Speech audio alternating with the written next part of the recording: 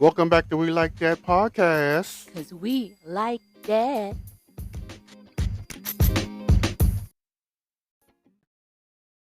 Welcome back to We Like That podcast. 'Cause we like that. I'm Joe. Lifestyle. Calvin. Anything new, Calvin? You got a shout out you want to make? A shout out to everybody who attended the homecoming reunion yesterday. Got a lot of texts, got a lot of calls from people saying they're hoping to see me out there. I was like, I'll be out there next year. Because this is nice style. Any shout out you have or anything you want to say? Nope. I'm going to move on to That Happened with Joe. Okay. Skitty papa doop doop. That happened with Joe. So we will dive into Live is Blind. But speaking of dating in DC, there's another TikTok that kind of went a little bit viral. I'm going to play a little bit for y'all. Dating in DC is trash. I'm going to tell you why. Go ahead, Ali. All right, so we went out to 4 different bars yesterday. Yeah. Like lounges, they're all upscale. All upscale, all at really high-end hotels. Mm-hmm. And one thing that we observed is that men want to approach you. They will approach you. They were going to approach you. After you pay your tab. Yeah. It's a weird dating culture here. This is not like in New York. It's not like a Miami, where if men see you, they're like, you're beautiful. Can I get you a drink? Can I get you something? Right? It's over here. It's like they want to make conversation. And I do think this is related to being a minority because we are not the beauty standard here. We are not the beauty standard. No. Not in DC. Not in DC. No. Anyway, no. She's going to go on and talk about how, so her and her friend were going to these lounges, these bars, not clubs, like I thought. Lounges and bars. How'd you say, but around an energy convention that was in town, which means they're at the convention center. Okay. And she said that they were going to these upscale, high-class situations, but these gentlemen, even though they were giving them the eye and trying to talk them up, weren't trying to pay for nothing. And they're like, that's not the deal. If you're going to come talk to me, you got to pay for my stuff. And if you're not trying to pay for my stuff, we don't have any business going on. The guy said, okay. And the girls were upset. And she relates this to being a Black girl, being a girl of color. It means that you're not the idealized standard in terms of beauty. In DC, chocolate city. She said that's her lifestyle. So, it is rather hilarious. Also very short-sighted, naturally. She goes on to do a secondary video to follow it up to basically say that she's talking about not being the standard of beauty for women who are into hypergamy. And women into hypergamy are people who are trying to marry like a class up. Like say they're middle class, they're trying to get with somebody who's in what they deem to be high class or who's making a lot of money. So that's her whole purpose of going to these lounges and these bars. She only goes to places that are upscale, allegedly. My thing is, if you're going to do that in DC, you got to do your research. You're going to go to a convention center or near a convention center, and you think that these gentlemen are going to do anything? One, nobody in there is from DC. They are all implants. So to categorize an entire city based off people who are just visiting doesn't make sense. Secondly, that was not the location to try to do this for yourself. If you're trying to be hypergamous, and you got to meet them in a different low stress situation. The bar at the lobby of their hotel. That's where you got to swoop in. That's where you got to do your steps and do or other random places that they're going to be at. That's what you're going to have to do when you take up their same hobbies and whatnot. What do you think, Calvin? She lost me when she said convention center. She lost you when she said convention center? Yes. She started off lounge bars, and then we went to convention center. No, she said around the convention center. She didn't go to the convention center. It was still, whatever. She went to a convention, basically. She went to an energy convention. Basically. Well, there's probably not that many. She wasn't looking for a Black guy. Unless she wasn't. According to her, she's just looking for rich.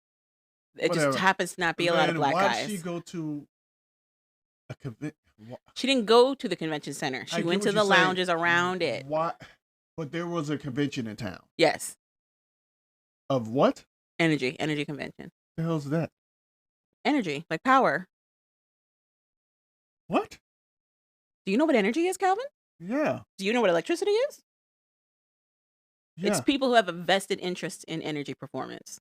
So it was a convention around that. A convention around science? No. Or what are you lost on?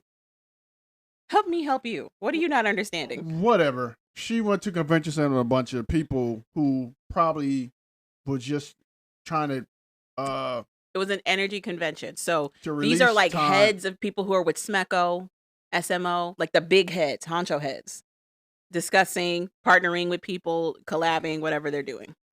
Okay, so she went to that, thinking that she's gonna find someone that wants to be with her. Sure. For the night is the only thing I can think of. For the night is what it has to be. And she's like, she was stunned that they weren't picking up her tab. Like one gentleman in particular, after eyeing her all night, finally goes over to talk to her. And she tells him, well, you know, I'm about to leave with my friend, but if you pick up our tab, we can stick around. And he goes, oh, I'm not going to do that. And she was affronted. Because he has a family, he hasn't time to spend money on hoes. He only got enough time to spend He's money. got child care he got paid for. He doesn't have the He time. only have enough time to spend money in the hotel room for the hoes. He don't have time to sit there and buy you drinks. The other thing about to drink you DC up. is it's known to have a rather large sex worker presence. I wouldn't say large, but it's known for its sex worker presence. That's So- that's probably why they were staring at them. They thought they were sex That workers. is or escorts. also what I think as well. So Especially since she goes on to talk about how when she was in these spaces, there's like maybe 4 other women there. And I'm sure the other women were hired to be there. So I bumped in a couple of those escorts. Not out those. in the bars and restaurant Uh-huh. lounges and stuff. And the bars and the restaurants. uh-huh. This the one I bumped in, she was like African. Uh-huh. And how did you know she was a worker? One of the questions she asked and the way we were talking. Okay. And I was like, So she was like, so are you trying to get your dick stuck today? Or no. We were just having a casual conversation. And the Interesting. conversation we was having, I was like, why you answer some of these questions? What were the questions, Calvin? Oh, we just like what you do. Are you from here? Been around here long? Those are sex worker questions to you? She couldn't have just been a lady? No, the way she answered them. How was she answering them? Like, oh, I just here just to have fun, hang out, try to find some people to hang out with, and I'm just here for a time trying to. The way she was answering was like, I'm like, ugh. You don't make any Sounds sense. kind of You don't make any sense. But okay, I'll believe real you. vague, and she hangs around the Capitol, all that stuff. That's Okay. where she hangs out at. That she normally goes out, a couple of guys from there and this and that. Uh-huh. And I'm like, yeah. That doesn't okay. necessarily mean she's a worker. She could be like this girl and is just looking for the next person to hook up with. Maybe, I don't know. But it was just the way she was talking. I was like, okay. I'm just saying, yeah, if her focus is hypergamy, which it is, she also wrote a book on dating. If you want to date hypergamously, I don't know why she wrote this book. She is not lucky in dating, so That's what I'm saying. We let losers write books to tell us how to let loose. to win. Loser. I'm sorry. I'm just saying. I don't know how it turned into basketball, but it did. But she's not married. She hasn't married a rich person yet. She's not even dating one right now. Exactly. But she can write a book and tell you how to get one. And she doesn't have one. See, we let losers do things to tell us how to win. And then when we don't win, She's we a wonder why. wannabe trad wife. Like she states that she's a wannabe trad wife. She wants to be in a situation where she's taking care of the household and the kids, Then she and her should, husband is making the money. she should write a book on how she wants to be a Chad wife or whatever that thing is. Here's my thing. There's a reason why people struggle to be trad wives. It's not something that's on the rise, especially not in the way that she wants it to be on the rise. You could be a trad wife right now if you want to go marry yourself a farmer. You could live your best life as a trad wife that way. But she wants elite luxury. First of all, to get elite luxury, you have to be in elite places. You also have around to dress elite elite. people. You also have to dress elite. You also have to look the part. You also have to have some stuff in your background for that to work. Whatever, sure. So She sucks. Next. I think she's hoping that the guys she's meeting are into hypogamy, which is when you're from a rich class trying to date down. Whatever. But She good won't luck get- to you, girl. Neither. How about that? Her overall statement that being a black girl in DC is not the beauty standard is incorrect. So good luck to her. So anyway, I Olivia. guess she's talking about that also being regentification. Regenification? What's Yeah, that? Regentification. Regentification? Yeah, What's that? same thing. What is regentification? I don't know. Calvin, what? What? Why did you use this word? That's what she's saying is happening to black girls. They be regentified. That's not what she said at all. Yeah. She's saying they're not the standard of beauty in a black city. Regentified? Do you know what that means? Yeah. What does it mean? What's it mean? Regentrified? Yeah, what's it mean? Gentrification? Regentrification? Yeah, Calvin, you use this word. What does it mean to you? I don't know. Calvin. Okay, anyway. I just use words. Next part. On to the next. On to Love is Blind DC. I've been watching Love is Blind DC. The first 9 episodes available on Netflix for you to devour if you'd like. Off the rip, nobody is from DC in this cast. One person maybe lives in DC in this cast. Everybody else is from Arlington, Reston, Fairfax, Bethesda, those places. Because love is truly blind. For whatever reason, ain't nobody from PG in this situation at all. Let's get into these couples. We got Marissa and Ramses. Ramses. I wanted to be happy for Marissa. I like Marissa. She's like this bubbly, happy girl. She is basically military at her core. She grew up around a lot of bases. Whatever. She served for 7 years in the Navy. It's been her identity for a long time. She meets and is engaged to this guy named Ramses who works for a nonprofit. Ramses is from Venezuela originally, but he has come to America. But his view on America is not the greatest. And he doesn't believe in U.S. military politics or the military in general. He feels like the U.S. uses the military to further their imperialism across the rest of the world. And there's parts of that I understand and agree with, but there's other parts of it that I don't agree with because I know it's actually very nuanced. It's not a one covers everything. They get into an argument of sorts when they get into their first apartment together where she's talking about her military time and how she herself, now that she's been away from it from a little bit, has learned certain things about like the actualities of being in the military. And while she supports the people, she doesn't necessarily support the political message that comes with being in the military. But for Ramses, it's all or nothing. If you join the military, you also are joining into whatever the politics are that's being pushed by that military. There's no in between. There's no gray area. It's one thing or the other. And she's like, well, if I had stayed reserves, would we even be together? And he was like, no. So then they go and meet her friends who are also military and they are concerned. They are concerned. They're asking a lot of questions where they're like, if you feel this strongly about it and you know her history and she told you this in the pods, why did you propose? And he tries to give them an answer of like, well, I looked at her as a whole person. I know her, the individual, isn't necessarily subscribed to all this stuff. But he doubles down on the whole, I support the people that are under the hammer of American imperialism, quote unquote. Which okay.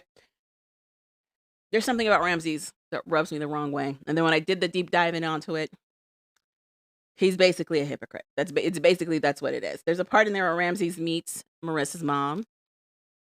And Marissa's mom is kind of a polarizing figure for a lot of people who watch the show because they didn't like how she talked about Marissa on the show because she straight up calls her daughter a bitch at one point. But I think she meant in like bitchy attitude and like she takes no nonsense. But I also understand that like she's not easily likable. She is a blunt, rough mom that I'm familiar with when it comes to them protecting their daughters, especially when they end up being a single mom. She leans into Ramses. She calls him an El DeBarge. She doesn't like his hair. She feels like he is going to use Marissa for his own ends, his own means. And she's like, if you do any of that stuff, I'm cutting off your balls. He's like, I understand. Whatever. Then Marissa comes back to this conversation and is like trying to like temper her mom a little bit, but she is like, that's just my mom. Because all of Marissa's siblings also are present and they're all like Marissa. So, in my opinion, this lady can't be that bad if all of her children are this bubbly and happy. Now, somebody argued that you could overcompensate that because your parent is this way. Her children might overcompensate on being like joyful and happy for the sake of getting along, but I don't know. So then Ramses and Marissa have another conversation after meeting with her mom around their sex life. They're talking about how fun it's been, but they need to take it a little bit more serious because they've been pretty risky recently. Marissa's not on birth certificate. She's not on birth control. And Ramses is like, well, are you going to get on birth control? And Marissa's like, well, I was thinking about it, but I'd rather not. I'd rather not be on birth control. And Ramses goes, well, I could wear condoms. And she goes, I prefer that. I'd prefer you to wear condoms. And then he goes, but do you like condom sex? And she goes, well, we got to do something. Otherwise, we're going to have kids. Oh, because part of that conversation was how he wanted to wait on having kids. He wanted to wait another 4 years. So she's like, we got to do something or we're going to have kids. And he's like, well, you can get on birth control. She goes, I told you I don't want to do that. He brought up the whole condoms thing. And then he gives her this long speech on how, like, he doesn't like condoms. He doesn't like how they feel. He doesn't think condom sex is good. So they're going to have to figure out something else. And Marissa's like, I don't know what else we could do. We could just take the chance and hope we don't have kids. Take that. Cross our fingers on this pull-out method, or you could wear condoms. Those are the options. What do you want to do? Pull out. So, It works. what were your 90%? You watched a of the time little it bit works of all of their 1% of the time. conversations. What did you think of Ramses? I think he's just trying to keep the U.S. out of his homeland and keep his people free. What about the sex life stuff? He was a hypocrite, as per usual. He brings up an idea and then quickly backtracks on it. Mm-hmm. Then why you offer it if you're not going to do it? And my only issue, going back to the mom, Yeah. my only issue with the mom, I think she's projecting a lot of what happened to her on her daughter. Mm-hmm. That's my only issue. Other than that, hey, she's just like every other asshole. Mom, I guess. There's no difference to me Uh-huh. in that respect. But yeah, Ramses, hey, we should wear condoms. Okay. Nah, you know what? Scratch that. I didn't mean to say that. That wasn't supposed to come out of my mouth. Mm-hmm. We can just put you on birth control. I don't want to do what you said. Whatever. I'll pull out. You're turning your mic away from you. That white part has to face your mouth for it to work. I know. Okay. So I just think, like you said, he's just a hypocrite, and he's just talk. He likes to hear himself talk. To me, it feels like he's kind of been in a vacuum. He's with a lot of people who agree with him 100%. And so he's used to those conversations. And now he's with somebody who's like fundamentally his opposite. And he's like, I think he's just one of those people who like to act like they're the moral standard for something. But when it comes down to it, they're just as flawed as everybody else. Right. Speaking of flaws, we went into Monica and Steven. They meet in the pods. Steven is a blue collar, salt of the earth electrician who also served, I want to say, Army, Marines, but he's also a veteran. And he meets Monica, who comes from money. I wouldn't say she's super, super wealthy, but she is well off. So, Yeah, that is her lifestyle. but she likes Steven. And this is the weird couple where he called her a mutt because she said that she was mixed. People have a lot of things to say about her saying that she's mixed. I don't have my issues with herself calling herself a mutt. You don't have any issues with it? No, I have an issue with that. Oh, you do? Okay. Yeah. You're not a dog. She went with it. She didn't think twice about it. And to be honest, I Maybe- was in the same boat. When I first watched it, I was like, oh, I maybe- didn't know that it was anything bad at all. Maybe that's why she thinks it's appropriate for her to be called bitch. So I think it's because she's used to being in white spaces. She's used to hearing stuff like that and not thinking anything of it whatsoever, like what the weight of that is. I don't think she hangs out with a lot of black people. She I think does. that's rather evident. We can actually assess that she doesn't. That's Right. pretty much easy to assess. Assess that she doesn't. So I'm just saying, him saying this random off the collar stuff, she's just like, yeah. So yeah, he calls her a mutt in the pod, and she goes, "Oh yeah, I'm a super mutt." And then, Oh, that's crazy. but her saying that she's mixed is what a lot of people are also hung up on, because she says that her dad is black. She says he's African American, and then she says her mom is black and Honduran, and people are like, those are two black parents. So She's half Honduran. her mom is half Honduran. So that's why she's saying half Honduran. Technically, she's black, but she has a little bit of Spanish or Latin in her. She says that she always had a hard time filling out like those census surveys where they ask you what your ethnicities are. Isn't there a box for black and Latin? Yes. So why is that hard? Because she didn't know what to choose. She doesn't know. You can choose. It was hard. No, you can choose for her. No, you can choose both. She didn't know what to do. You can choose both. She didn't know. Because she's mixed. Normally, those things say check the box that applies. They do. I don't get it. I don't understand what the They do. is. As a fellow mix, I definitely be checking multiple boxes, so it's not a problem. But whatever. She says she always had issues like, what box do I fill out? No, when I'm filling out the boxes, I just picture black. Uh-huh. Your mom doesn't exist. She doesn't exist. Okay. So then. So I don't got time to check all the goddamn boxes. So then, stuff. this is also Steven who found out very recently through his sister's 23andMe testing that he actually is part black. He said his dad is 3/5 black. If you know your fractions, you know that 3/5 black is more than half. So that's hilarious. Also, again, I did not recognize this immediately, but every other black person I talked to said they knew immediately that Steven was black because his hair and his nose and his face and the way he exists. So it was hilarious. So they got together and immediately trouble in paradise. Immediately. Monica is talking to Steven about how like he told her in the ponds he's going to get her flowers every day. But here they are on this retreat, no flowers. And he's like, what? He definitely thought he was speaking colloquially, but she took him literally, and she takes every chance and opportunity that she has to tell him to get her these flowers because her love language is presence. And something else. I didn't even pay attention. So, but I think that's their big issue starting off. Mm-hmm. He lied about flowers. Was it a lie? And yeah, it was. I don't know. It kind of was. Because has he ever bought her flowers? He does eventually. They go to the flower place. But did he just, because it was Tuesday, just bought her flowers? I don't think he got the chance for it to be just a Tuesday. But I'm just saying. She wanted this action now. Yeah. So after her. I'm thinking of the timeline. They got out the pods. They went to Cabo, right? Mm-hmm. Second day in Cabo, she's like, where's my flowers? He could have got her flowers. Where? There's flowers at the airport. Yeah. Okay. He could have got her flowers. He brought it up. Now, do I think he thought she was going to be like, I want flowers every day now, since you said it? No. But once again, you try to put your best foot forward and you say things that you know you're not going to really do. So they have this long conversation about it where she lectures him. She's like, I need you to get me nice things to show me that you love me. And he goes, okay, I'll get you a top of the line Kate Spade purse.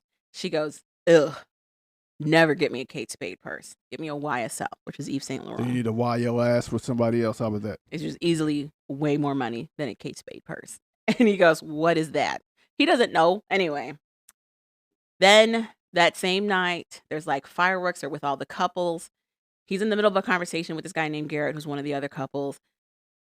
But Monica is pissed because he's not making her a priority. She's watching these fireworks by herself. She sees all these other couples coupled up, but she's there by herself. Technically, her friend Taylor also is there by herself because her man is the one that Steven's in a conversation with. But she's pissed. This is like another thing on top of her list of things that Steven is doing wrong. He talks too much. He didn't get her flowers. And then he wasn't there to help this fireworks moment be a romantic moment, which came out of nowhere and was not planned. So Steven apologizes profusely. Then randomly gets into this discussion about how him and Garrett were talking about what they're going to do with the attention once the show hits, and how Steven is concerned about these home-wrecking DMers that are going to hit up his socials and demanding blowjobs to give to him. And what is he going to do? It throws Monica's friend Taylor off. She has no idea what's going on, and Monica just excuses herself and leaves. Fast forward. They're having another conversation in the apartments, and Steven is talking to Monica about their sex life because they haven't had sex since they came back from Cabo. He's like, what kind of sex do you like? And she's like, well, I like it when it's vagina focused. And he goes, that's great. And then gets into a whole thing about how he likes anal. He doesn't mind being pegged. He doesn't think that should happen just as a special occasion. It should be an everyday thing. And what would it be like if guys had vaginas? Women would finally know what it's like for a man to have the common cold, which was supposed to be a joke, but it doesn't land well. It just gets terrible. Fast forward some more. Monica is crying by herself in the apartment. We see Taylor come out of nowhere to comfort her. And then we find out Steven is getting sexy, kinky text messages from somebody. Turns out the day before, Steven said, that's what happened. Steven said he was going to a sleep study. He told you. He says he got drunk at the sleep study and started texting randomly. Many flags on the play. You can't drink before you do a sleep study. So that was weird. So then Monica confronts him and is like, no, you were purposefully texting somebody. You told them that they met all your kinky needs better than any person you've ever known. And you're engaged to me. So this is done. Vend me my half of the money that I sent to you to support you. Well, whatever. Because he also lost his job. That was his whole thing. He got kicked off a site he was working on. She's like, vend me my money. Take out your phone right now. Give me my money. And get out of here. He does. He leaves. She breaks into tears. Next couple. Whatever. What did you think of it? What did you think of this? Stupid. Basically, she was saying you talk too much, but you don't make enough money to talk that much. So shut up. Kind of. Basically, that was her attitude. Kind of. She is looking for. I think she's in that Steve Harvey movie of his book. Think like a woman, think like a man, act like a woman.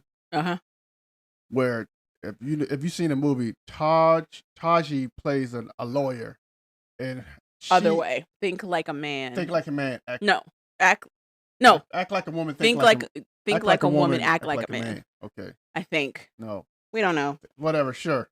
Anywho, so Taji's a big time lawyer. Taraji. Why do you say her name wrong? Because I like to party. Oh my gosh.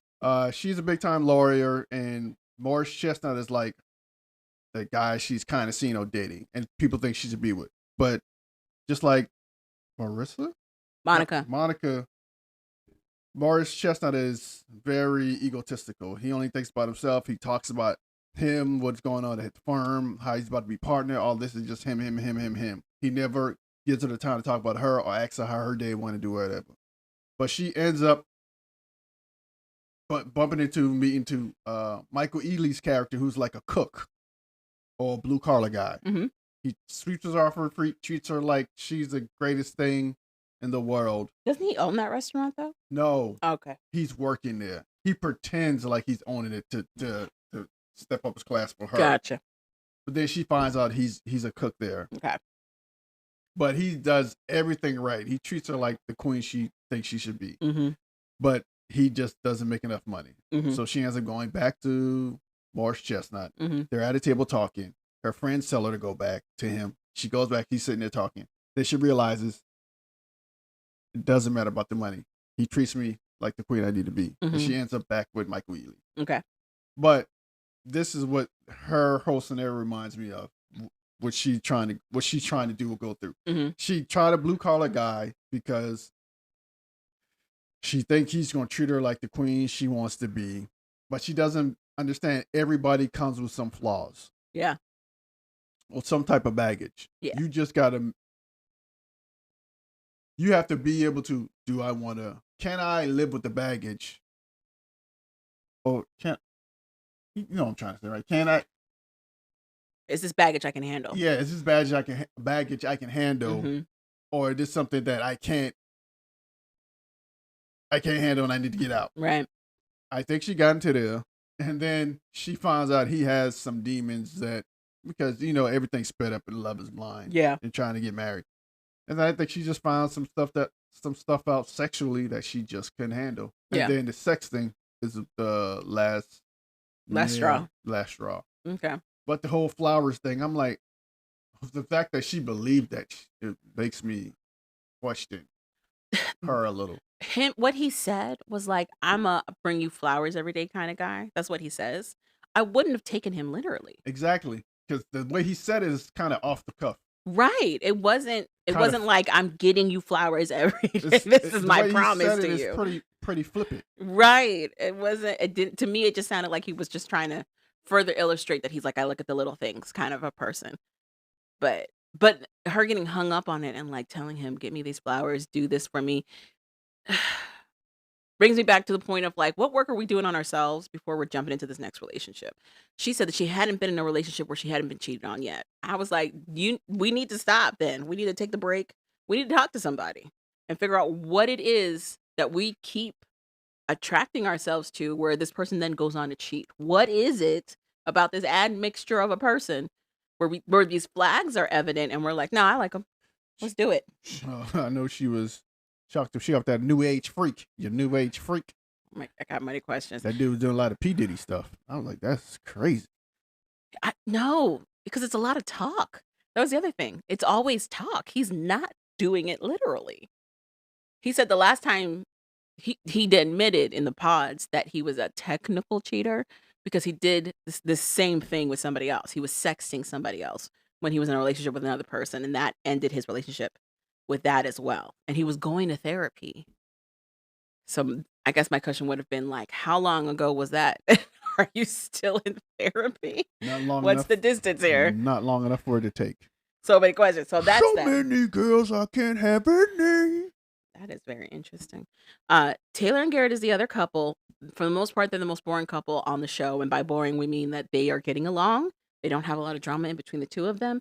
Their biggest things is like Taylor met Garrett's family, who was like, they're very concerned about Garrett kind of jumping into the deep end of dating. Garrett has stated that he hasn't dated anybody in like 7 years. He's been really focused on his career. So he's going from like 0 to 100. And his family is like, what's going on with this? But Taylor meets them and it goes well. It goes swimmingly. The other thing that they're facing is Taylor wants to move back home. Her home for her is San Diego, California. And she's like, is that something that you'd be able to do as well? Talking to Garrett. And Garrett tells her yes. He tells her, yeah, that's something I could definitely consider. I could definitely move to San Diego. It's very important to you. I'm not necessarily held down anywhere specifically. I could definitely do it. There is the concern that he'll be leaving everything behind. He's lived in Fredericksburg his entire life. All of his family is there. But he's right now, in theory, ready to take that leap with Taylor. So we'll see if that actually happens. Our other couple is Hannah and Nick. Hannah is quickly becoming a villain of the season. She's the youngest one in the show. She's 26. And she spends a lot of time criticizing Nick for very little things, nonstop. She's on this dude. She's mad at him when he wants to be silly goofy at Cabo and race plastic ducks on the beach. She thinks that's icky. She doesn't understand why he wants to do it, and it creeps her out. And he's like, it's not for you, it's for me. I'm going to do it. It was icky. And then he goes and does it. And this older woman decides to join him. She thinks it's hilarious. She also wants to race these ducks. And Hannah tries to stop them and tries to call Nick over. And the older woman tells her to stop being jealous. And then they race these ducks. But when Hannah recounts this to Marissa later at the party, she's like, oh yeah, this older lady was like, stop being a jealous bitch. I'm just having fun. None of that got said at all. But that's how she took it. That's how she perceived it. And she felt like Nick didn't stick up for her. And to poor Nick's defense, I don't think he knew he had to. So then, the sticky icky yucky. When they get to their apartment, she is drilling him on like what bills are going to get paid. How does he clean? Take that. How are they going to split this, split that? She's got a dog. Is he going to help her with the dog? Blah, blah, blah, this, blah, blah, blah, blah. And he's like, yo. Breathe. Take a moment. He didn't do that. Let's see. He just sat there like a little child and took it. So then she gets on him about like how his parents are still paying for some of his bills. He lives at home. His parents pay for his car and for his phone. And she's like, "Are you just gonna let them continue to pay for your bill once we move in with each other?" And he's like, "Yes. I Why guess, would I tell them to stop? What's the problem?" And she gives him this look like, "You're grown. You shouldn't have to, depend on your parents." But it's like, but didn't her parents tell her the reason they were doing that because so he can live out his dream of being a professional football kicker? yeah, he just let go of that dream of being a professional kicker. Is it a field kicker? What's the term? Oh, Field kicker? Just a kicker. Just kicker. Same thing. Field goal kicker. Same He thing. actually was with XFL, CFL for a little bit. So he was in and out and traveling. And honestly, that logic made sense to me. Also, we find out his mother is Cuban. She's a Latina mom. They famously take care of their sons like that. Famously. So I don't understand what Hannah's problem is. If he can meet his end of the bargain, I don't understand what the problem is. Especially if she doesn't have to split his phone bill. What's the issue? And then she drops that she spends $300 on groceries.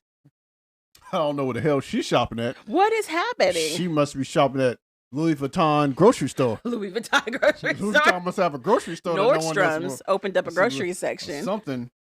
That's I'm just thinking food waste. For her bill to be that high for one person, no. She's buying. she's shopping at Trader Joe's. It's like you're saying. She's buying very organic, fresh stuff, Yeah. and she's buying expensive name brand stuff. Yeah. $300? And I thought that was a month, so I didn't pay no attention. And No, it's I a was week. trying to figure out why he was upset. I'm like, okay, that's a month. Yeah, that's okay. He Whatever. was like, "Why do you spend $300 a week?" And then that's when I'm like, wait a minute, a week?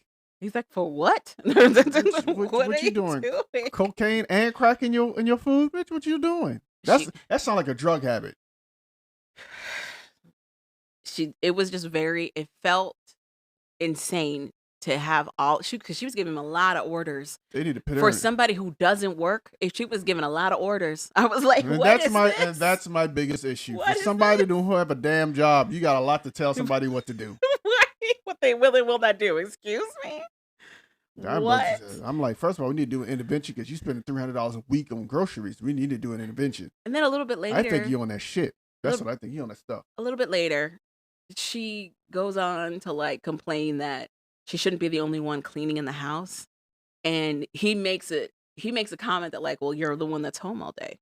It's like- Since you want a bitch, mean, it's not wrong. since you want a bitch complain about stuff, it ain't like you got nothing else to do. Not wrong. That is correct. It ain't like you got nothing else She's to the do. one that wants to clean all the time, and she the one that's home all the time. You right. In her defense, you do get tired of cleaning by yourself. I did find it interesting that Hannah's brother commiserates with Nick about how Hannah's attitude can be difficult to deal with sometimes. How she can dish it, but she cannot take it. And you got to deal with the ramifications of that. And then I also found it hilarious that her family also was like, Hannah, you got to take the breather. You got to look at the whole person.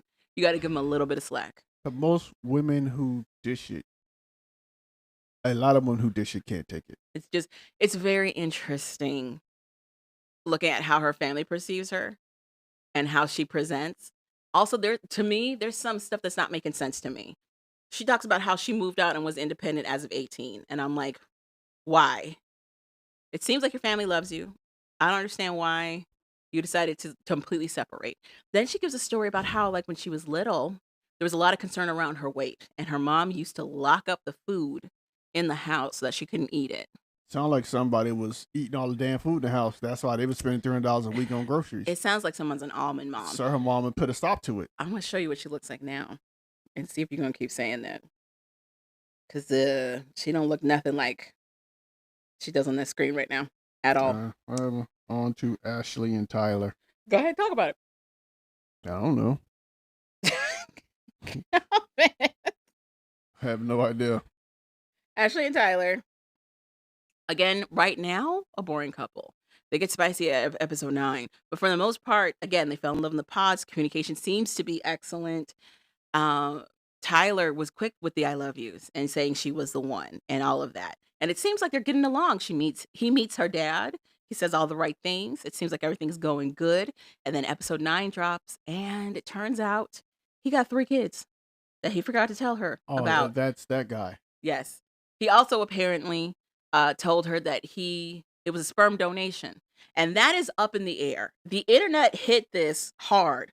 They were already asking a gazillion questions because stuff wasn't making sense in the socials. It went from Tyler having pictures of him and his kids to none. He took all them pictures down. And then people were like, why did he do that? And then girlfriends started coming out the woodwork. I know why he did it, because he know how the internet is. One girlfriend was like, he owes me 10 grand. Another one was like, this was not a sperm donation. He was with the baby mama. They were together. Then somebody else was like, no, it started as a sperm donation and then became he got with the baby mama. And then somebody else was like, he was doing all of this while he was engaged to somebody else entirely. It's a mess in the internet streets right now regarding Tyler. Like, what's real, what's not. I have no idea. And now you know why people don't put their business out there when they on here, because they know as soon as they do, the internet is gonna lose their goddamn mind and try to find murder and bodies on them.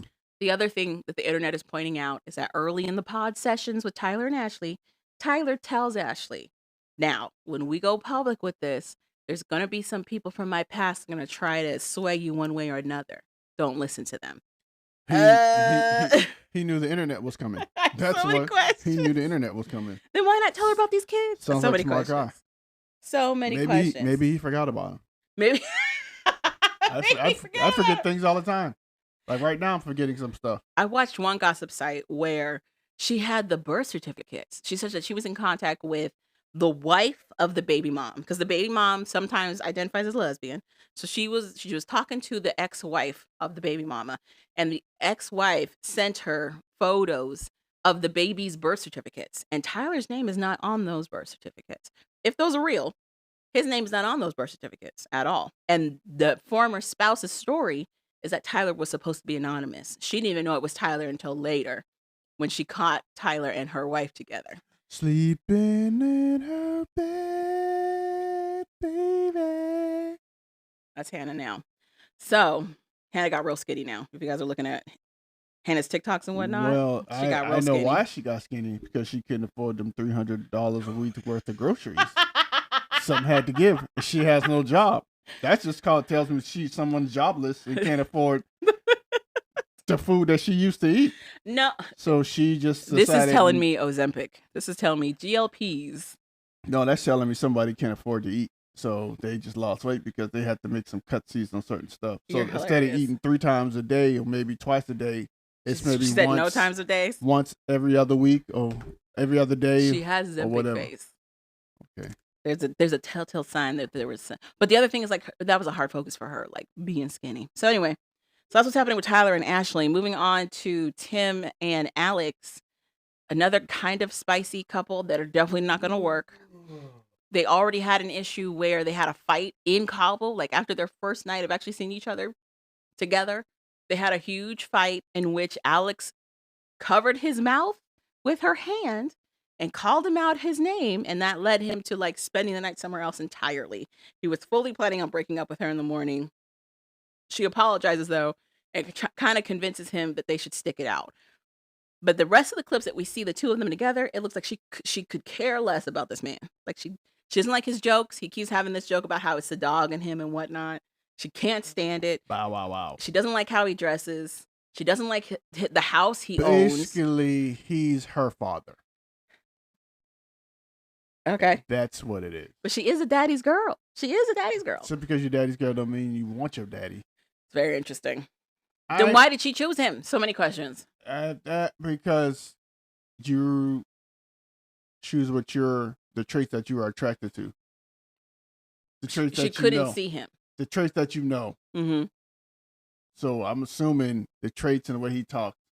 I'm just saying she had an out, and she was like, "No, let's stick it out." So I'm like, okay. I'm just shocked that all these dudes that can't control their fucking anger or emotions is hilarious to me.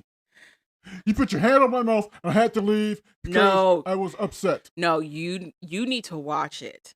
There's a lot of stuff that is purposefully not said. You remember all of the cases against Netflix? Sure. They were being sued left and right.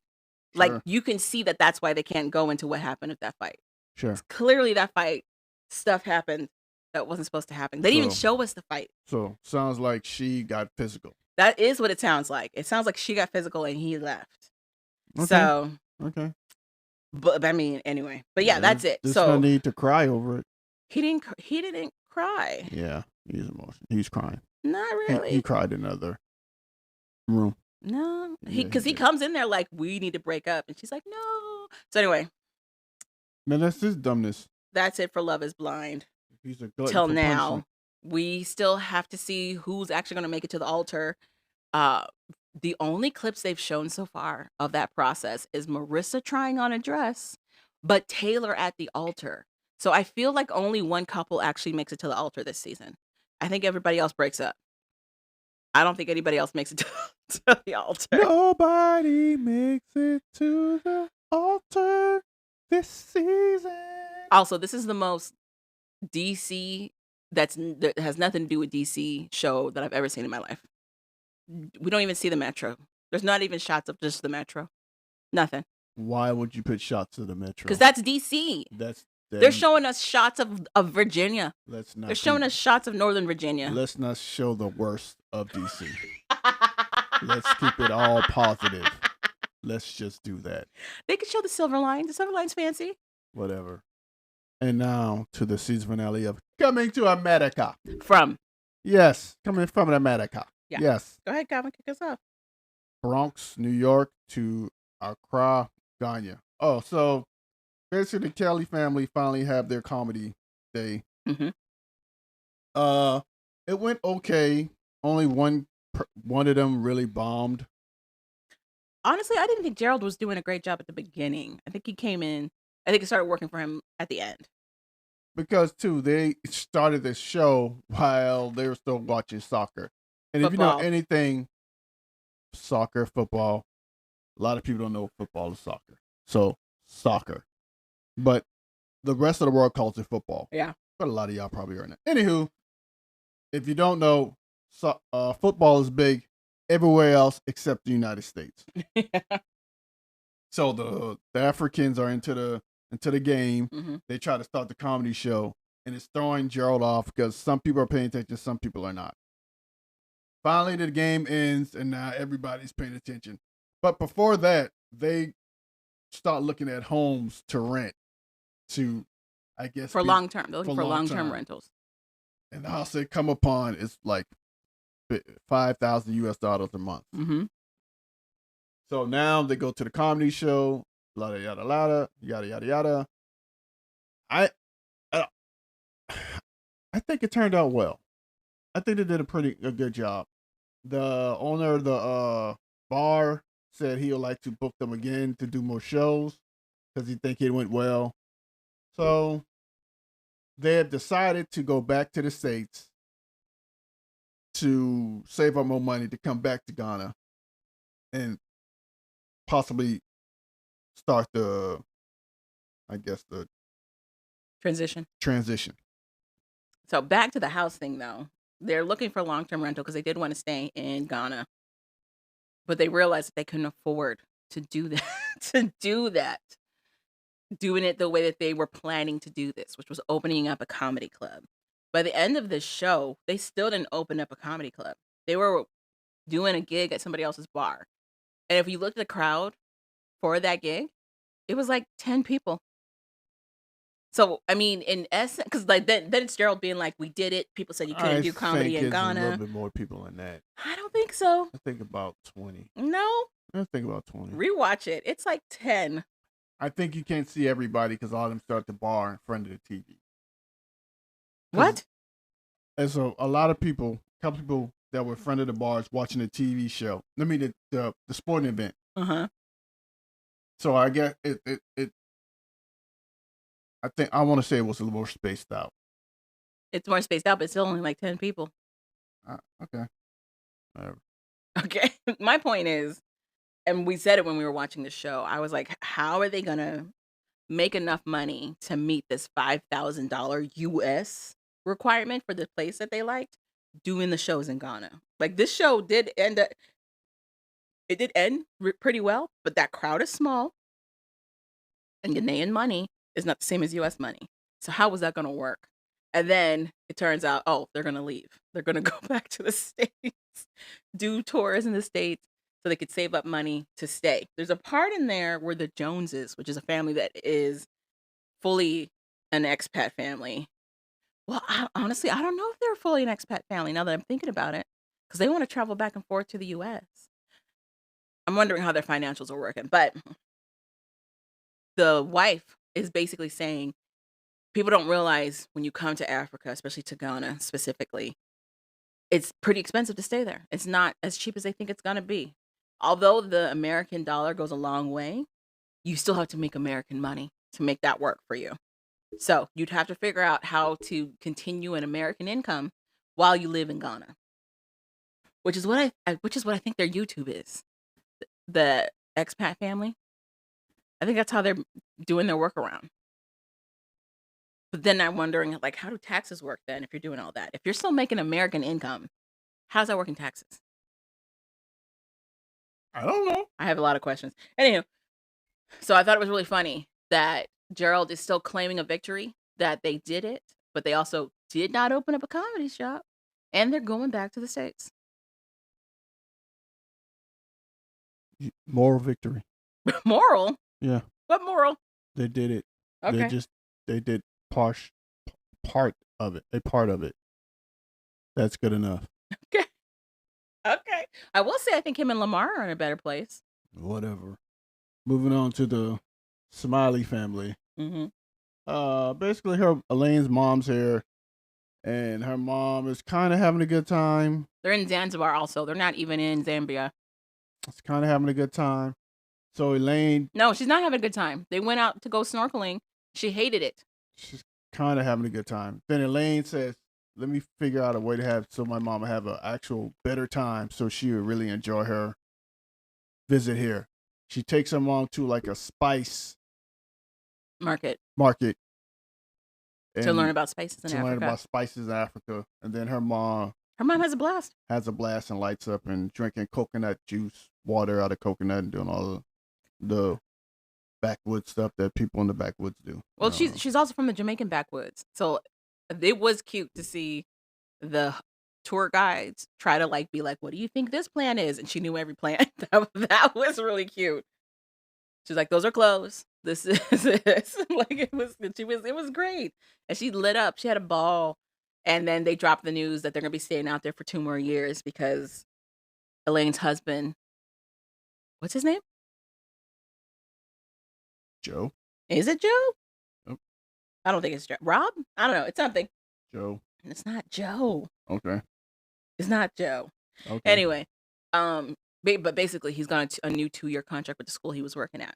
And Elaine managed to secure a job for herself as well out that way. So they knew that Elaine's mom would have an issue with it typically because she'd be so far away from Elaine. But the mom's like, well, I did make the travel. It wasn't as bad as I thought. And I got to see where you guys are going to be at, except she didn't. They're in Zanzibar and they live in Zambia. But she's like, okay, we'll see how that goes. And that's pretty much it for that family. Let's talk about my favorite family, the Davises. Yes. Who are who were in Los Angeles and then moved to Accra, and now they're in a bury because they like moving. What? Is it me? I gotta go. Okay, so Julia, she wants to move her whole family to Aburia. They moved to a different place. They call it the bush. They wanted to move to a more bush area of Africa to be one with nature. Sure. And I'll give it to them. The scenic views are definitely a lot prettier than what they were seeing in Accra. It is. Whatever. So she is checking in with the boys. She's like, how do y'all feel about moving yet again to this place? They have any say. They don't, but they seem a little bit happier. They seem a little more happier about making this move to Abury. So she takes that and she starts looking at plots of land. And that's when it got really weird. So she talks to one of the owners who owns these plots of land. And it's this guy named Yao, who is a white man from the Netherlands. It was mad confusing. You got to go down left and right now. He's like, we're very selective about our community. And I'm like, you the only white man here. What are you talking about? But she meets the rest of the people that live in this little area. They have a nice little group thing. But it also got weird. She gives a little speech about how she's glad to be a part of it. and she makes a little joke about how she's a working mom because her daughter is like clamoring on her and calling for her. And one of the other owners, this other black guy, is like, well, now you have help. Somebody take this child from her. And Someone gets this child off and they her. do it. Like, that is And she strange. never saw her daughter again. But did you see Yao put his arm around Julia? Sure. It was weird. Anyway. Trying to say it's a cult? Kind of. Anyway. Doesn't matter. Julia loves it. So Yao shows her plots the next day. She doesn't really have any connection to the first plot that they're looking at. But the second one, she's saying the ancestors are talking to her. They're saying, welcome home. They're doing all kinds of stuff to her. She's like, this is going to be it. This is the plot. And that's where we kind of leave it. She's going to potentially buy this plot of land to live in a bury with her children, hopefully, and build her wellness retreat. We'll see. Until the winds tell her it's time to leave, or her spiritual entity tells her she needs to move back to the States or whatever. I don't know. And then she'll move, which should probably be another month or two. And then we have a quick follow-up with the Joneses. They're staying. That's it. Next show. And now on to Life After Lockup. All right. Let's just start off with Let's start off with Zariah and Troy. They didn't really do a whole lot. Let's start off with Teenie and Rob, since we forgot them last week. Teenie.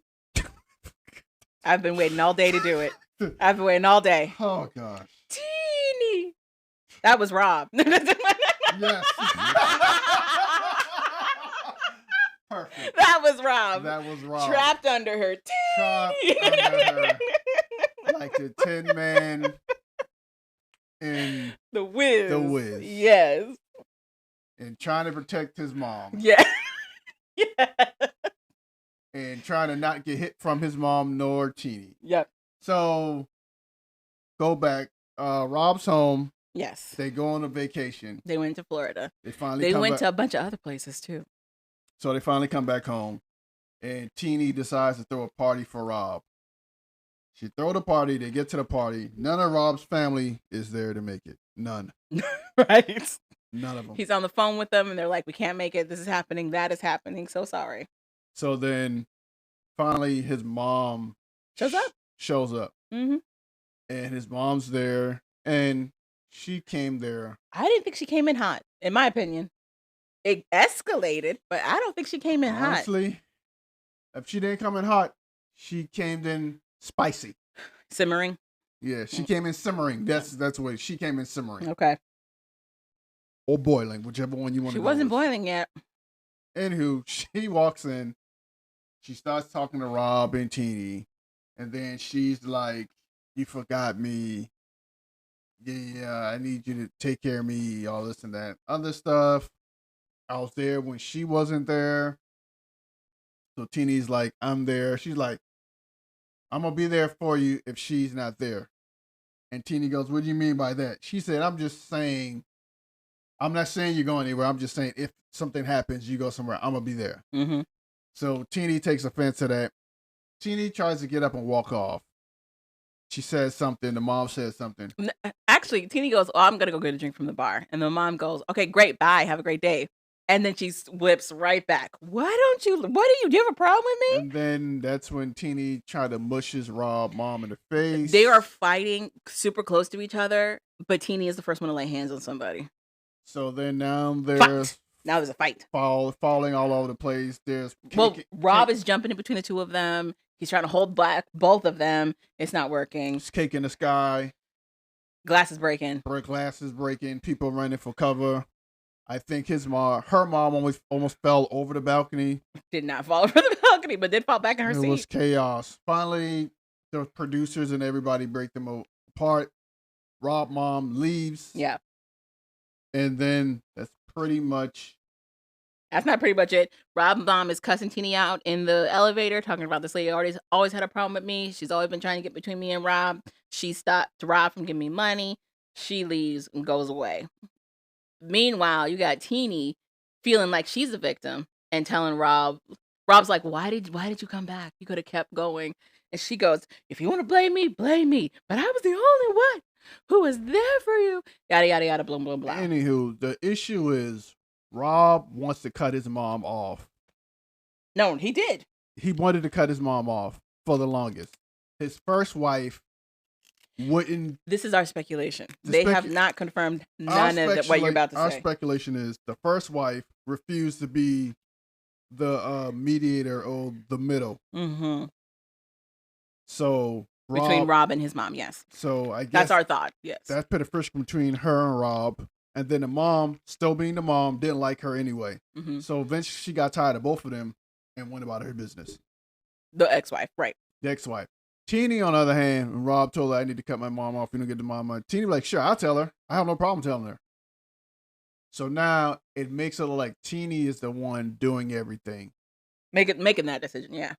When it's kind of Rob doing it and not, like, doing it and hiding his hand, basically. So. But this also happened years ago. But Rob is now out, so I'm sure it's like opening up old wounds for sure. Yes. Especially since, according to the mom, he hadn't come back to see her before he went on his trips out with the rest of his family. And Teenie was throwing these pictures up on IG of like where they were going and going here and going there. And if you're somebody that was getting supplemental income from your son, and then he tells you he can't do it anymore because he has to take care of his family, and then you're seeing them go on all these like luxury trips, I would feel a way too. So then fast forward, they go home. He talks to her. He talks to the kids, make sure the kids are all right. He's the only one too. There's a whole part in there where Teenie's daughter is checking on her mom in the hallway, and her mom is like pushing her away, saying that she's hyperventilating, and it's her daughter trying to calm her mother down. And what was concerning for me was like, it didn't seem like this was the first time that this has happened. This seemed like it was something that this daughter has had to do before. So Rob pretty much tells them go upstairs, get ready for bed, and come back down. They can talk. He goes upstairs, and him and Teenie talk. He's like, why'd you come back? Yada, yada, yada, boom, boom. Fast forward the next day.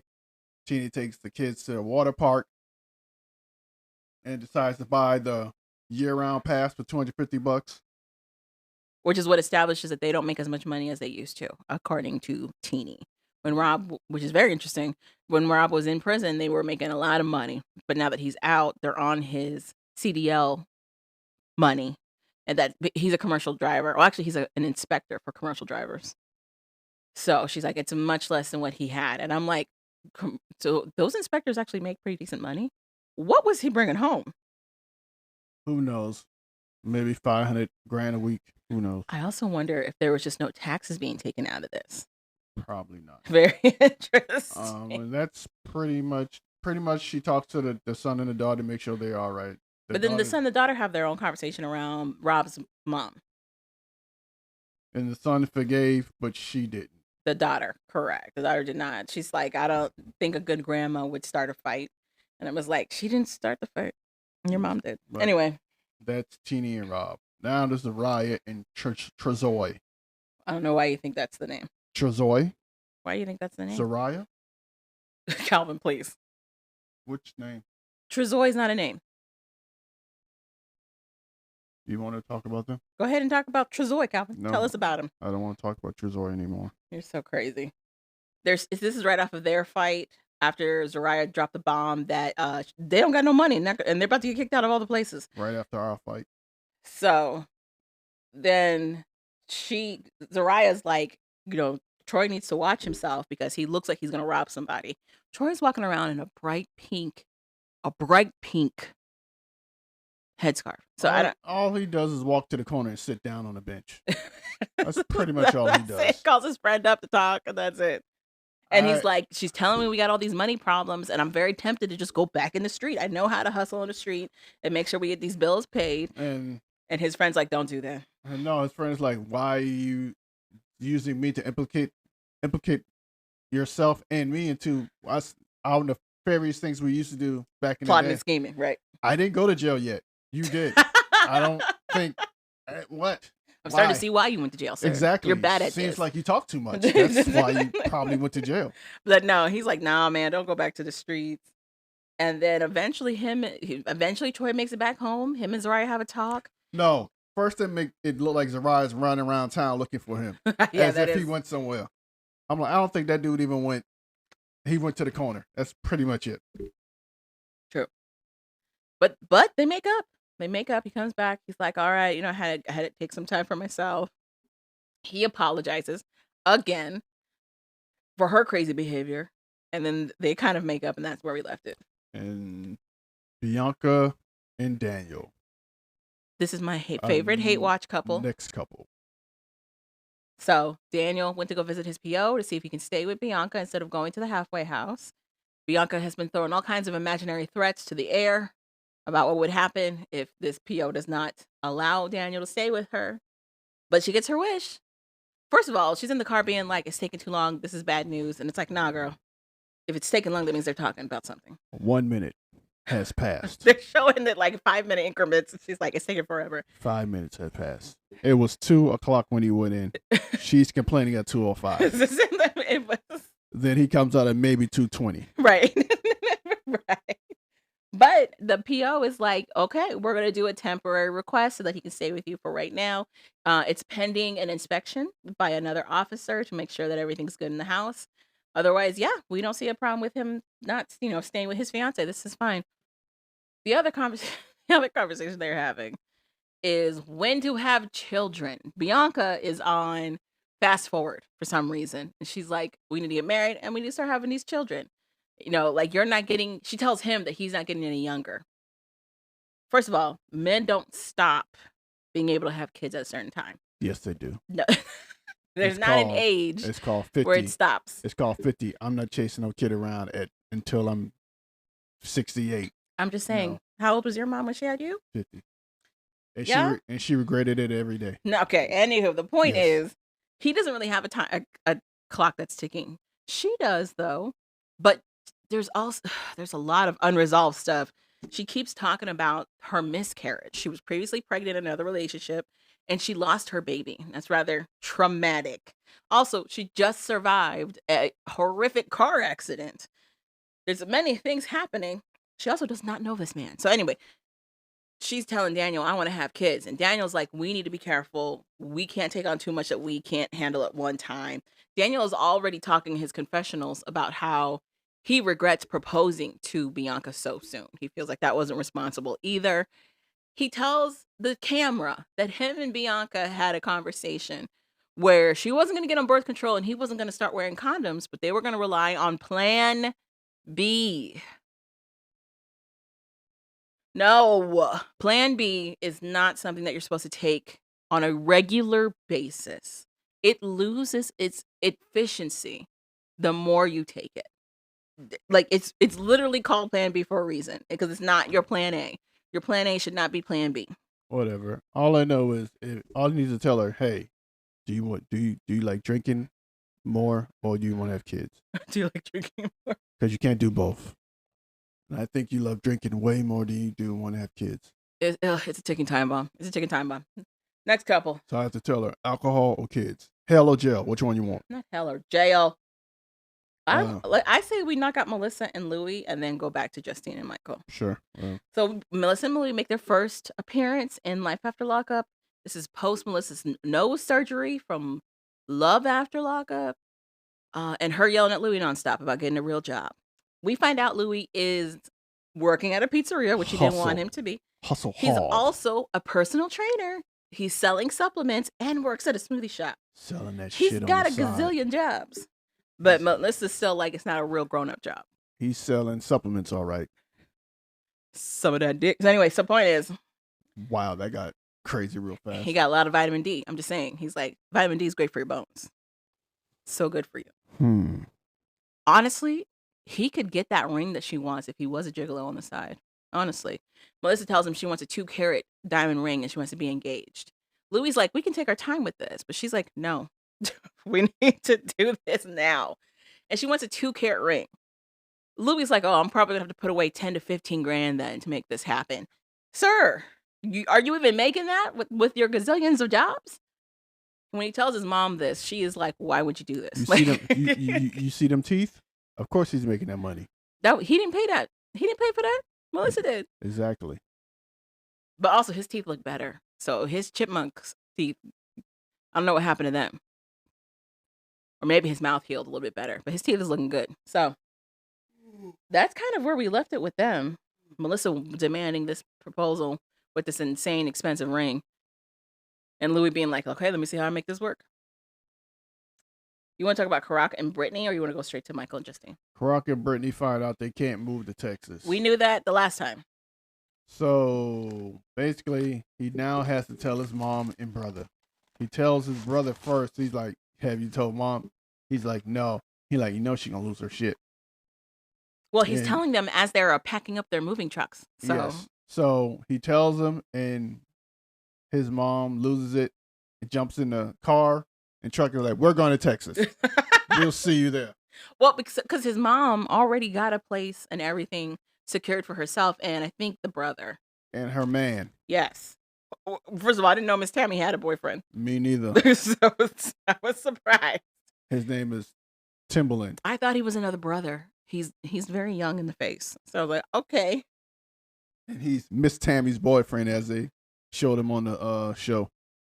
That was under his caption, Miss Tammy's boyfriend. That's exactly what it was. And that's pretty much it. No, Karak they have to and stay Brittany is in... going to like a halfway safe No, house. they're going to a government subsidized motel. That's where they're moving to. And it's triggering for Brittany. Whatever. She'll be fine. There was a bad spot in her life, and she had to stay in government subsidized housing. When she did not like it. Doing stuff for money. Why are you screaming into the mic? She was doing stuff for money. You're so crazy. Justin and Michael. No, Justine. Justin and Michael. Justine Timberlake and Michael. Pretty much, Justine wants Michael to cut his balls off. Michael says, that is no, not what she wants. She wants him to get a vasectomy. Don't want to cut my balls off, because then what if my man don't work no more and I can't satisfy you? You're going to leave me and get pregnant again with some other guy and have 3 more kids. That'll give you 16. That's not what he said at all. So Michael's like, I got to go to work. Michael goes to work. No, go back. What? Why does she want me to get a vasectomy? Because she's selfish. Okay. She has a high-risk pregnancy. Her doctors basically warned her, like, if they're able to get through this pregnancy safely, this has to be it, because her body will explode. They were telling her that there's other things they can do. They can do a hysterectomy while they're in there. They can do tube tying if they want. They also recommended that Michael get a vasectomy. And Justine was like, I think he should get a vasectomy, because she was also concerned about doing further surgical procedures with an already high-risk C-section that is planned for her. So she was like, go ahead and do the vasectomy. Michael did not want to do it. He has a lot of fears around getting it done. And she tells him, I feel like with my life on the line, the least you could do is get the vasectomy. It's like threading brows. It's not. It's not like threading brows. It can actually be a very painful process. So, but she's just like, he needs to do something. Then Michael goes to work, and it's Michael discussing about how, like, he used to make mad money on the side with his rap career and whatever illegal business he was doing. Because he rode dolos to state to state. What are dolos? He just drives from state to state. What are dolos, though? Rims. Random. Yeah. But now he's working at a warehouse. I don't know what happened to his rap career, but it's not happening. So, but he's happy he has a job at the warehouse, but also kind of sad because he gets sick every time he looks at his check. So that then an emergency call gets sent out. Justine is driving around town doing errands. Michael's at work. The boys call them for an emergency. They're like, get home now, emergency. Both of them get home to find out that the boys are fighting. Michael's son, Justine's son, they've been butting heads, and a phone got broke. Basically, one of them is autistic on the spectrum. Yeah. And he threw his phone. He has an iPhone 16? 15. 15? Higher than my iPhone? I would have killed him too. First of all, I just switched phones with him, and he wouldn't have had the iPhone 15. Anywho. And that's pretty much what happened. It cracked me up that this little boy... Well, first of all, they're talking about the fight. The fight's not making sense about what they were fighting about. Basically, like, your mom's better than my mom, or your mom was better than... I don't know. Something. And then it was like, if you were a real man, you would do something about it. So I guess they tried to fight. That's when the phone got thrown, and it gets shattered. And then Michael's like, you threw a $1,500 phone and broke it? You guys are on so much punishment. And then it's Justine's son being like, so can I get a fix? Can we do a repair? And Michael go, fuck no! It punches the door. And then Hayukins the door 2 times. There's a hole in the door. He's like, I gotta go. I gotta leave. That's where we leave it. I'm like, why did we Hayuk in the door and then leave? That's crazy. The whole thing was hysterical. 2 hooks to the door. I just loved that this kid was like, so you're going to repair my phone? The phone I broke? The fuck that Michael says, fuck no, and walked off. That's hilarious. And I wish Justine would say something like, shh. It was hilarious. And that's pretty much Love After Lockup. No, there's another couple, Calvin. Who? Oh, no, you're right. Justin and Michael's last one. I thought there was another couple. Oh, because I'm thinking of Joey and Kim, but they weren't in this one. That's why. Exactly. That's right. All right, that's it. That's all the shows. There was any other shows you're watching? I'm going to watch this new roller ring competition. Something like, I have so 1,000 you think questions. you can dance? I have 1,000 questions about it already. Because one of the listeners has a relative who's on it. Who are these judges? I have so many questions. I have no idea who the judges are, but one of them better have something in a roller ring, skating type of arena. That's my to question. be judging. Are any of them Because roller why skaters? is Jordan Sparks? Isn't him Jordan Sparks? Yeah, Jordan Sparks. I know sexy when I see But it. I think she's just the host. I thought Jordan was just the host. And then they showed 3 other people sitting at the judges panel, and I'm like, who are these people? So I guess they just give her a gig. She's like, sure. Cute face, do it. Cute face. We will get back to our spooktacular movie worth the watch. No, we won't. Calvin won't pick one. I like how everything's my goddamn fault. This was your choice was to do a spooktacular. I go there. You want to watch this one? No. Anywho, whatever. No, you know what we watched? We watched a bizarre karate film that had nothing to do with horror in any way, but it was in the horror section. Says it had horror. What else did the description say? It said horror. It said drama, and it said action. And it said something else. I don't know what you think it is. It lied. Who knew it lied? Who knew it lied? It was mad racist. It didn't make any sense. Yeah, it is kind of racist. And it's a film about racism. It didn't make sense. It didn't make sense. Here was the thing. The one guy who was racist wasn't even the final bad guy. No, he was.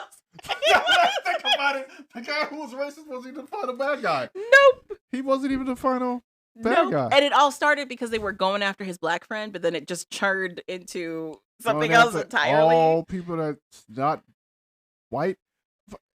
Then at the end, he tries to stab somebody randomly or shoot him or something with a broke arm. By the way, his arm's already broken. By the way, things. And then the white guy who got trained ancient martial arts that only I think should have given to someone else of the Asian persuasion. In that, why did they stipulate that this man was a mixed martial arts master already? When he goes to meet his college roommate, he's taken out all the certificates that show he knows all these different martial arts. And then they treated it like he knew none and got retrained with this other guy with acupuncture. So basically, the dude says some acupuncture moves to the guy. Did he kill him? No. He just left. Sure? Yeah. He didn't kill him in front of everybody? No, And then he the just movie left. just ended with him killing somebody? No.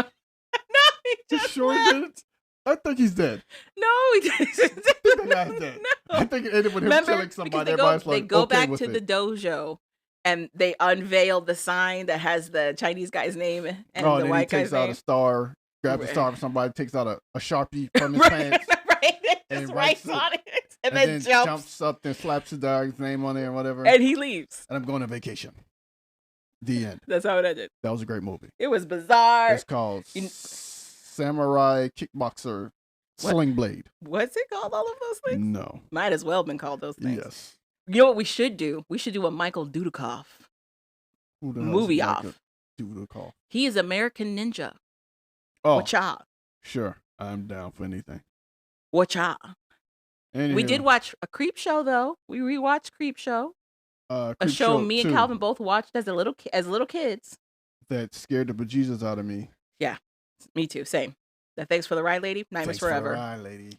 Nightmares Forever. I had a little bit of nightmares that same day too. That night too. I slept with all the lights on, pretty much. Kind of, sort of. I did not realize that whole segment with Thanks for the Ride, she was sleeping with Gigolo. Totally thought this was a You didn't know boyfriend. he was a gigolo? No, I thought this was a boyfriend the entire time. I knew he was a gigolo when she threw cash at him. I'm like, oh, he's a sex worker. I did not. I thought she lost a bet or something. She literally threw money to this guy. He like, I need to up my charges. He didn't even start. I thought he was joking. I thought these were all jokes. But apparently they were not. Wow. The whole thing was hysterical. The wooden statue guy. That was gangster. And the funny thing about it, he was moving the whole time. People would talk to him or walk up to the store. He's breathing. And everybody just like, just kept on focusing. But continued it being racist because they have one of the main killers for that story be a guy who's supposed to be from who's also supposed to be native. He's supposed to be indigenous, but it's a white man with a bad wig. So yeah. And I still don't know what Creepshow 1 is about. I've only known Creepshow 2. Calvin is distracted. Yes. I want to find Creepshow 1. Is there a Creepshow 1? There's got to be. How is there Creepshow 2 and there's no Creepshow 1? I've never seen Creepshow 1. Me either. It has to exist though. Also, the other episode was pretty much these kids going to this abandoned lagoon that they shouldn't have went to. It wasn't a lagoon. It was a lake. A lake. And I don't even know what it was like. It looked like a trash bag on water. But some moss-looking thing was there. They get trapped on the raft that's anchored to the middle of the lake. And pretty much everyone dies. Basically, they all die slowly, one by one. Mm-hmm. But not before one of the characters is like, "Let me get this sex in real quick. This girl's asleep. I think I can nail her." And that's when the swamp thing grabs her face. Let me lay her on the wood planks. And decides to kill her and suck her through the planks. Through the planks. It was hilarious. It was dumb. They spent the whole night standing because they knew that there's slots in between those planks. And then he laid her down so that he could lick her boob. Like, sir. And now I'm dead? Ugh, you're the worst. You're the worst. Anything else? You're not watching anything else? No, not really. Okay. I'm watching Agatha all along. It's really good. That's what I wanted to probably stop watching Agatha. Interesting. I heard it was really good. It is. It's really good. It's hilarious and confusing, but it's supposed to be. So, see where that's gonna go. Of course, I'm watching RuPaul's latest. I think it's Queen of the Universe. I think that's what they're doing right now. It's an international title. I'm just rooting for America, so that's happening. Okay. You said okay. Alyssa Edwards is representing America. You don't know who that is. Nope. But she is a fantastic drag queen, and I'm hoping she takes the win. Although I think it's going to be Queen Kong, who's from Australia. What are we watching? RuPaul. Oh, Drag Race? Yeah. But it's like the universe one. Oh, okay. They're all from different countries. Okay. He said, okay. Okay. We need another show to watch now that Coming From America is done. We can put in I'm in love with a mama's boy. What do you think? So you are watching something else? Yeah, I'm in love with a mama's boy. What do you think of this cast? I can't get over how fake it seems. I think it's because they're all freaking influencers. Yeah. That's what makes it feel so fake. Yeah. They're all social media. I think they did that to get the buzz about the show again. I think they did that on purpose. Okay. I think it was purposely done to try to get buzz and get more people to watch. So I think they think their followers will watch the show. Mm-hmm. But they didn't realize that took away from the little bit of originality in the show. Yeah. That it had. Boo. So. All right, that's it. That's all I got. You got anything else? Of course not. All right.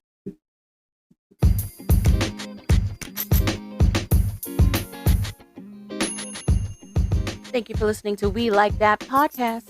So we like that. Go ahead and click that subscribe button. You know you want to. And rate us 5 stars. I'm Javon. I'm Calvin. Later, people. And we're out.